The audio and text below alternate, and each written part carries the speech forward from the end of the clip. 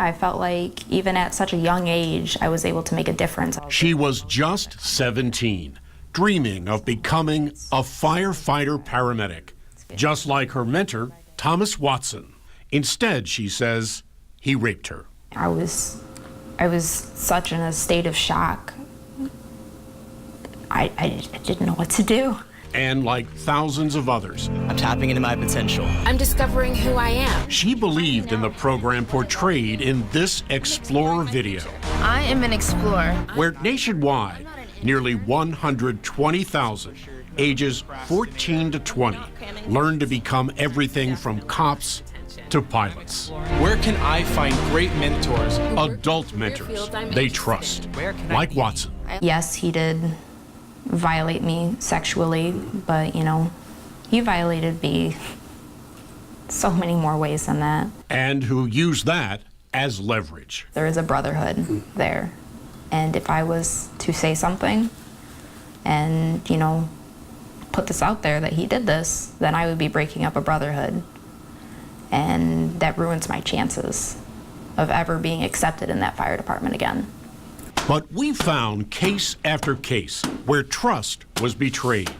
Our review of courts, police records, interviews with victims, as well as studies by experts, I think they were passing some of these kids around. found 86 victims across 26 states over the last 2 decades, and still others who face serious allegations. Christopher Collins is one of them. We try to show them what law enforcement is about. A Cuyahoga Housing Authority cop. He's featured in this Explorer video used to recruit teens. We give them a hands-on experience of this is what we do on a daily basis. But day to day, Collins may have been recruiting teens for something else.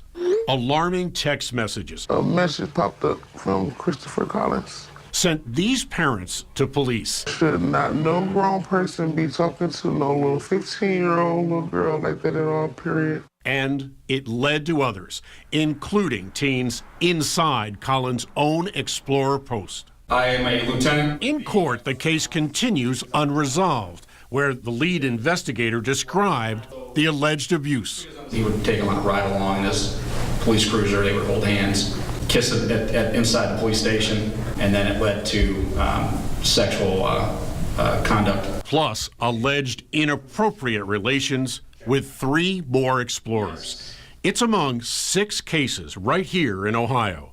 Teenagers and adults they trusted, like Thomas Watson. You trusted him. Very much so. A trust When that activity is over, it needs to be over.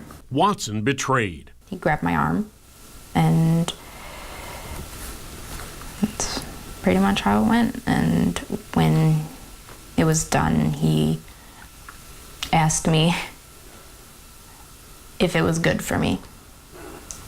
Charged with rape, Watson agreed to plead guilty to attempted felonious assault. It felt like that was a slap in the face because it wasn't an assault. It was a rape.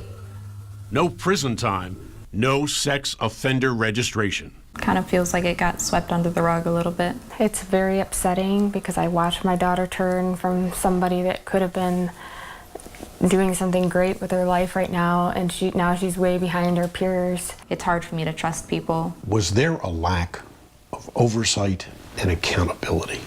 I think that they should have made some changes or at least had some things set up to where this can't happen. Since 2001, it's happened again and again among police explorers across Ohio. Dale Stewart was another adult leader. 8 years in prison for molesting 2 teenage explorers. But John Swing served just 30 days in jail, despite another explorer describing being sexually abused after a ride-along in Swing's cruiser. These aren't adults you're dealing with. These are minors. You know, these are someone's children. Anthony DeMarco is an attorney representing abuse victims. There's been cases reported over the decades now, hundreds of cases. Including Officer Daniel Camerano, convicted of molesting a California teen during another police ride-along. It's a one-on-one activity between an officer and a youth in a squad car out in the field somewhere. unsupervised. And policies regarding supervision may not be adequate. Learning for Life, an affiliate of the Boy Scouts, is the parent organization that has created model policies. But again, these are model policies where Learning for Life and the Boy Scouts have completely fallen down in attempting to put a stop to molestation in their program. I think there's absolutely cover-ups that occur in so many departments. Dr. Sam Walker is a nationally recognized expert involving explorer abuse. His 2003 study was among the first to document it. 15 years later, trust continues to be betrayed. People not involved had to have known. They didn't report it. They turned a blind eye. They didn't go in and say, Chief, we got a problem. When you see a person in a position of power, your first instinct isn't to go, oh, I'm in danger. Your first instinct is, cool, I have a person who's in the field, ready to go, and he wants to help me. And she says without stricter guidelines, it's far too easy for the 25,000 adult leaders nationwide to abuse others. I'm Chief Investigator Ron Regan.